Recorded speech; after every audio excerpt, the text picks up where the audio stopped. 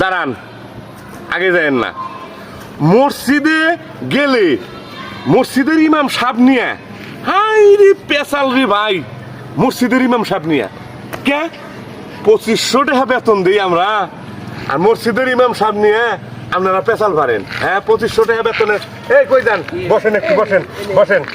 শুনেন, মসজিদে গেছি বুঝছেন, এই ইমাম সাহেব বাল্লা, ও ইমাম সাহেব বাল্লা, দেখেন আঙ্গুর ইমাম সাহেব কত বালা, হারাডা দিন বেসরা কারেক্ট 12:30টার সময় আহে, আজানের সময় আহে, আয়া 10 মিনিট একটু রেস্ট নিয়েই খুতবা শুরু করে।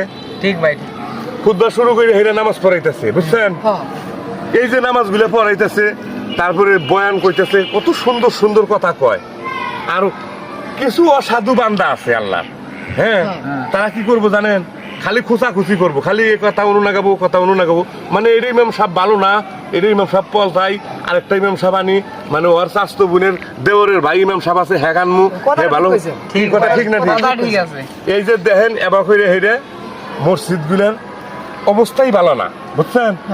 আর এমন হইছে মানুষ বর্তমান সারা দিন বিড়ি খাইতেছে, পান খাইতেছে, সিগারেট খাইতেছে, কোনো বেজাল নাই। কথা ঠিক বুঝছেন। এই মসজিদে যেদিন যাবো 5টা টাকা দান বাক্সের মধ্যে দেয় না। কথা ঠিক।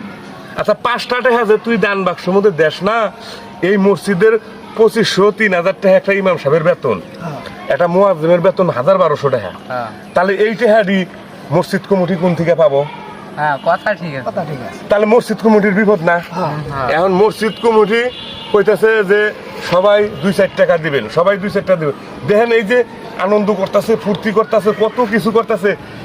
হাসপাতালে যাবেন, আপনার মাহবুব ক্লিনিকে গেছি রে ভাই, যাইয়া দেখি বাপরে বাপ, রাস্তার মধ্যে একটা মানুষ নাই, ক্লিনিকে গম গম গম গম করে মানুষ। কে ক্লিনিকে কে ভিজিট বলে 700-800, একটা আলট্রাসোনোগ্রাম করবেন 1000, 900, 1200, ঠিক আছে, এই এভাবে করে। ঠিক আছে বুঝছেন। ওই যে আদান দিতেছে, চলেন স্যার মসজিদে যাই নামাজ পড়ে আসি।